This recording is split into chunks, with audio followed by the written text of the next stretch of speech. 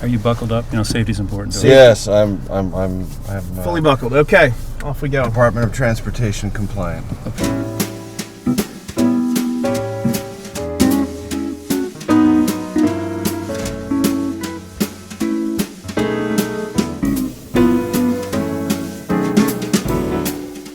What I see as the central problem for the Tea Party Republicans is a lack of appreciation for the tensile strength that a legislative product wields. Legislative products are tested, and they are tested in a time-honored and rigorous way. And it may sound like I'm just reciting fifth grade civics, but it's important to go through a subcommittee process and a full committee process and a full hearing on the House floor where there are amendments, and you win. That process creates strength and legislative heft that can't be ignored. And when you pass a budget resolution but can't pass the appropriations bills underlying the numbers in that budget resolution, you are identifying yourself without even getting criticism from the opposing party that you can't carry out what you said you wanted to do. I mean, we're not even debating an alternative to Obamacare, a legislative formed alternative to Obamacare. Right. If the public saw that, perhaps they would be engaged a bit more, and we can compare and contrast it with what the healthcare law is or isn't.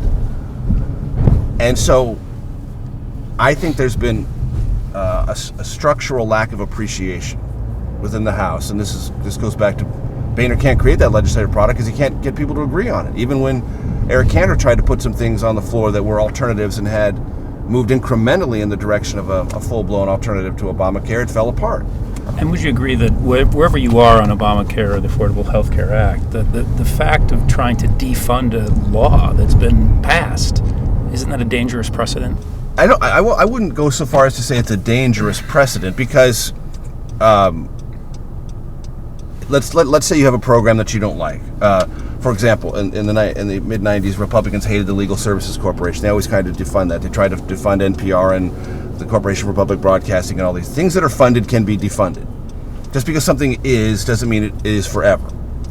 The problem with Obamacare is it's not funded on a discretionary basis. As we learned last Tuesday in full flower, hey, the government's shutting down, and Obamacare is fully engaged. Well, the other problem with it, obviously, because it's funded outside of the discretionary budget. And the strategy really didn't have, with a Democratic Senate, Democratic President, you have no chance of success. You have no chance. And you have less of a chance if you don't have an alternative. And that's where I think Republicans have structurally weakened themselves. And and getting back to the White House, because I'm in that building all the time now, you can understand why any president who said, all right, I broke a lot of furniture in the House and Senate. I drove then Speaker Nancy Pelosi to distraction. I drove Senate Majority Leader Harry Reid to distraction. We stayed in session right up until Christmas. We went through a near-death experience in the Massachusetts open seat Senate race. We still figured out a way legislatively to get this done against almost all odds, current and historic. Turned Nancy Pelosi into the minority leader. Right. Lost the House of Representatives over it.